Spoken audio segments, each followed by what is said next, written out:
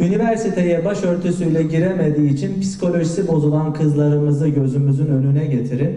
Orada bırakın üniversite okumayı, ırzını koruyamayan bacılarımızın bir de psikolojisini, o enkaz vücutlarını gözünüzün önüne koyun. Her şeyiyle bu topraklarda yaşanan zulümlerin, sıkıntıların mislini yaşıyor oradaki kardeşlerimiz. Fazlasını benim dilim söylemeye hicap ediyor.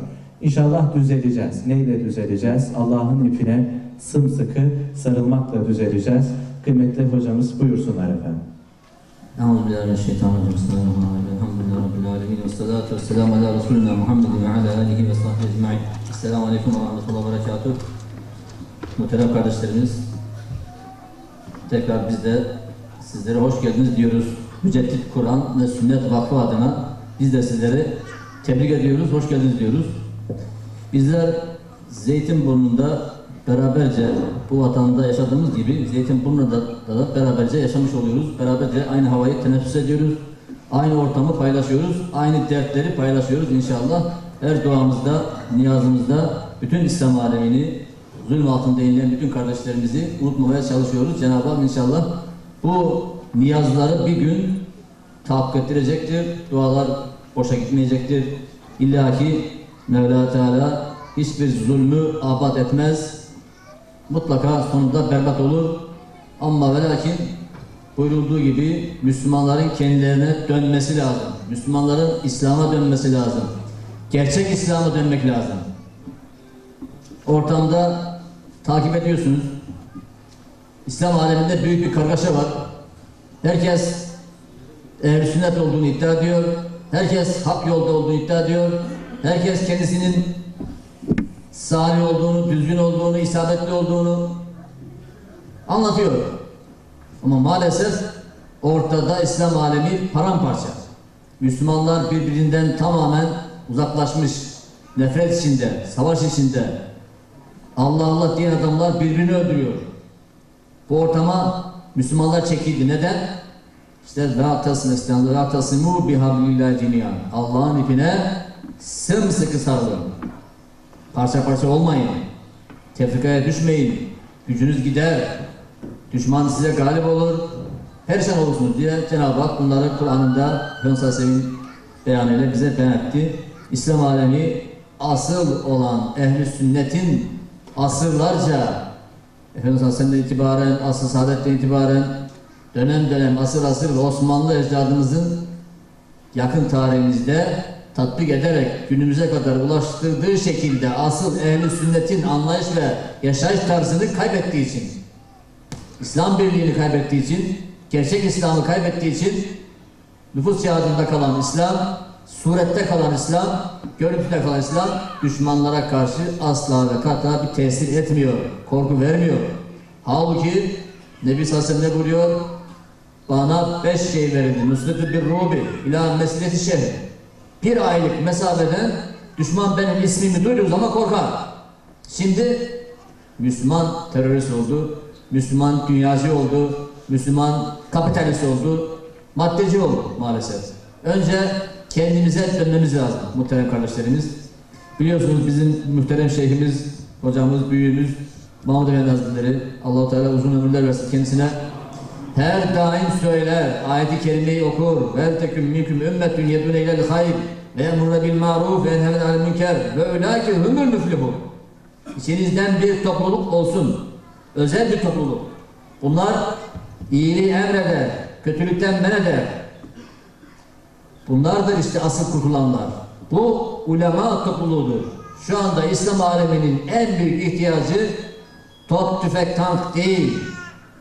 İnsanları idare edecek, yönetecek, uyandıracak, şuurlandıracak, doğruyu, eğriyi, hakkı, hakikati söyleyecek, gösterecek bir ilim erbabı. Ulema topluluğu mevcut değil. İlim erbabı diye sahneye çıkanları görüyorsunuz.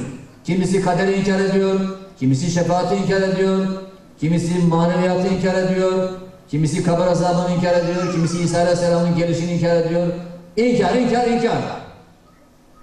Böylece İslam aleminin ruhunu, itikadını, maneviyatını bozmaya devam ediyorlar.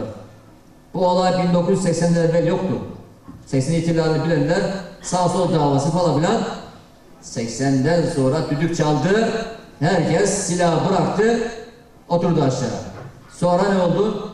Şu mezhep, şu grup, şucu, bucu, falancı, filancı Müslümanlar birbirlerine döndüler. Birbirlerini tenkit, birbirlerini inkar, birbirlerine itiraz, birbirlerine muhalefete döndüler. Bu büyük bir fitne İslam alemine sokuldu. Ve bunun şimdiki sahada maalesef silahlı olanı var. Görüyorsunuz Orta Doğu'da. Bu denemeler Afganistan'da yapıldı. Çeçenistan'da yapıldı. Irak'ta yapıldı. Bunlara silah verildi. Arazi verildi, güç verildi.